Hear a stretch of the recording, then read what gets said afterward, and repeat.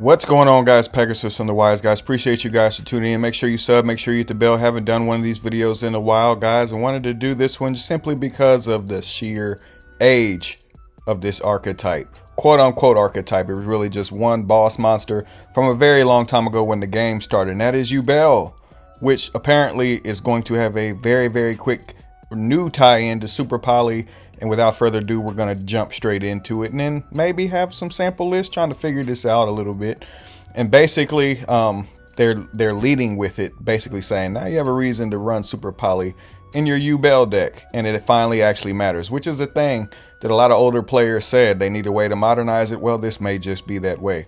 The artwork is really cool, and we're going to start off with Spirit of the Yubel, which is a level 10 Dark Fiend effect monster with a 0 attack and 0 defense stat line and 10 stars.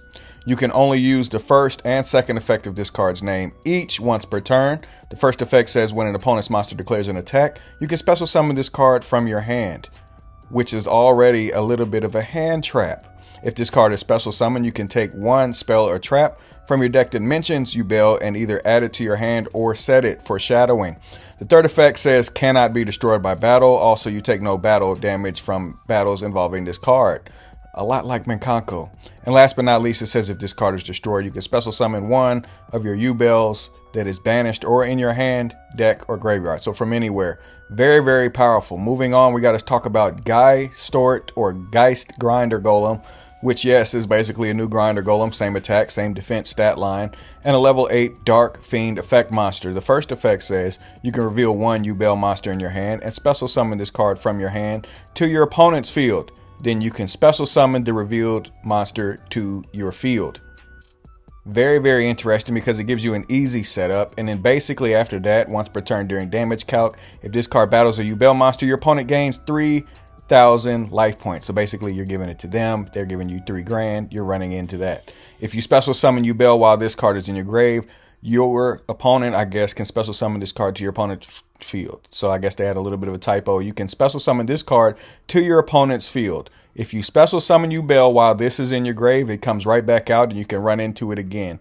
Really interesting to see if it can mix with Menkanko. I feel like it could. It just specifically depends on if it can actually kind of mix in and have a strong tie-in basically to the rest of the archetype as an old, which I don't think it's going to be. I feel like it's going to be a little bit of a pseudo engine, but we shall see. The next card I wanted to talk about is Samsara Regenerating Lotus, which is a level 1 Dark Fiend effect monster with 0 attack and 0 defense.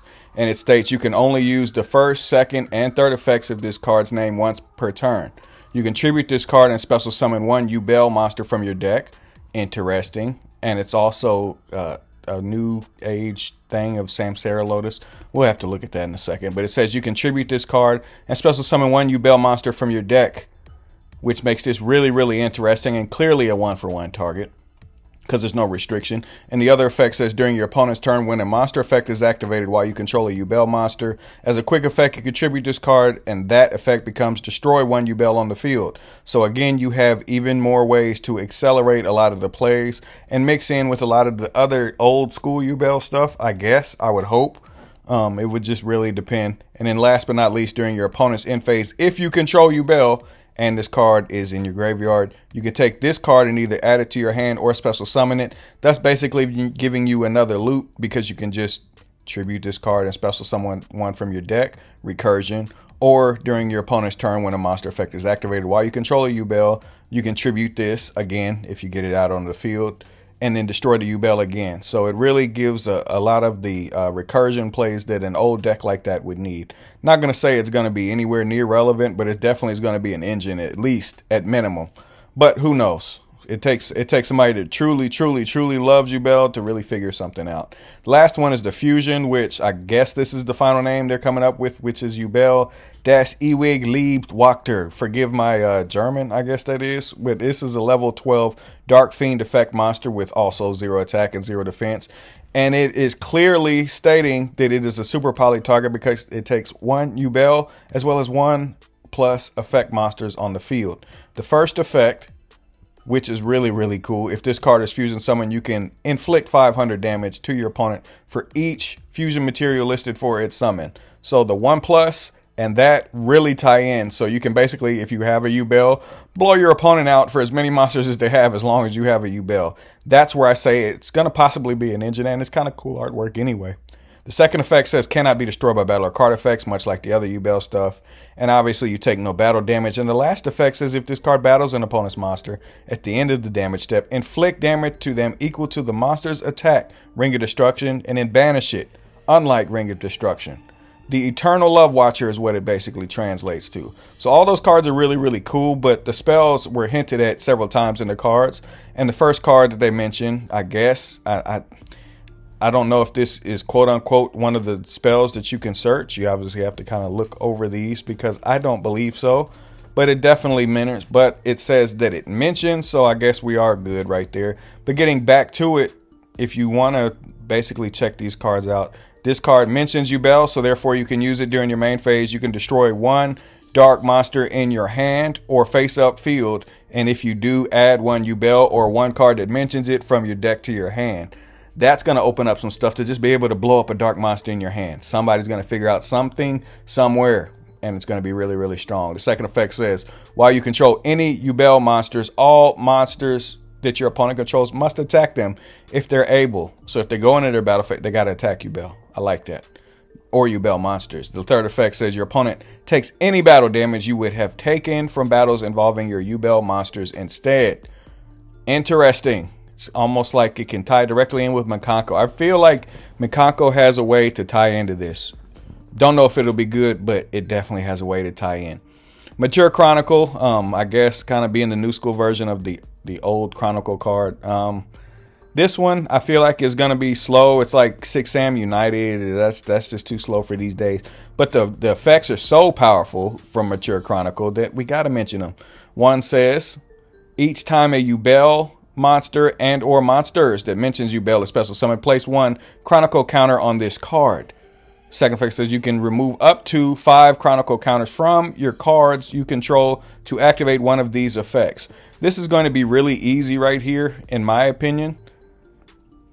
Or a monster that mentions Yubel. I feel like it could be easy if it just said monsters, but since it says Yubel, don't know how strong that's going to be. However, if you get to destroying your own cards, and that easily turns into 1, 2, 3, then maybe. But the effects are so powerful that it may be something you want to consider. The first effect says to special summon 1 Yubel from your grave. The second is add 1 of your banished cards to your hand. The third is banish 1 card from your deck. That one's interesting. The fourth says destroy 1 card on the field. And the fifth says add Super Poly. Period.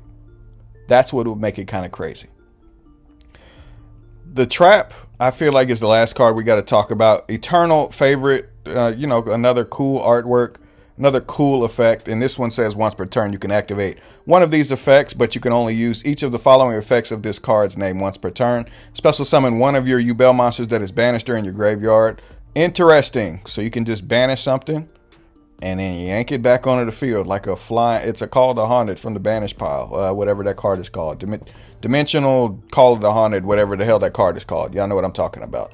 The second effect says you control Yubel. Discard 1 card and send this face-up card from your spell and trap zone to the grave. And it's fusion summon 1 fusion monster from your extra deck. So maybe you're kind of El Shaddai fusion, in my opinion.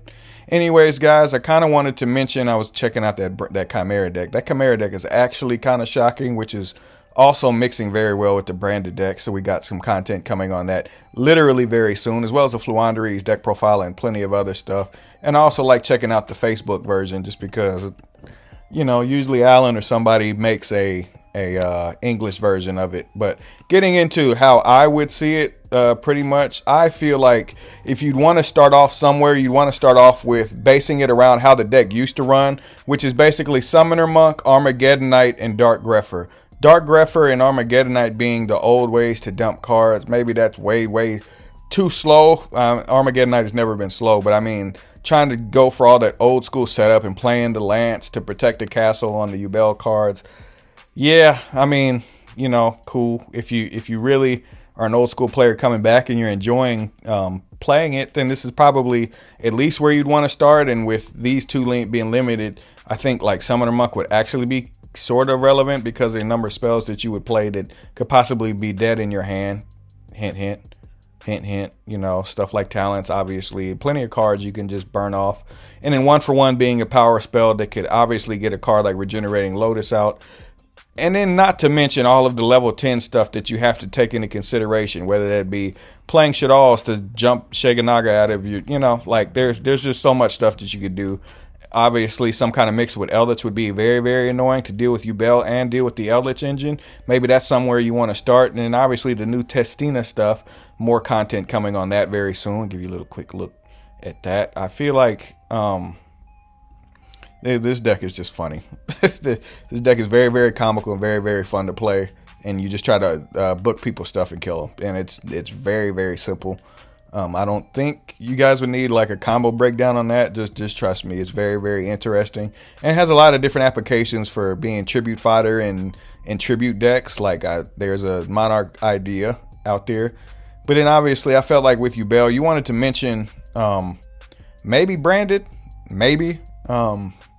You know, it's a long shot because it's like really I just added all the cards that you kind of pretty much saw into a branded list. And then obviously if you weren't feeling it, cut all of the Yubel stuff, because I don't know, guys. I feel like it would kind of cheapen what Branded is doing because Branded is that strong. But guys, let me know what you think about this new-ish revamp on the archetype, and I'll see you guys next time. I appreciate you guys for tuning in. Pegasus out. Arrivederci. Ciao.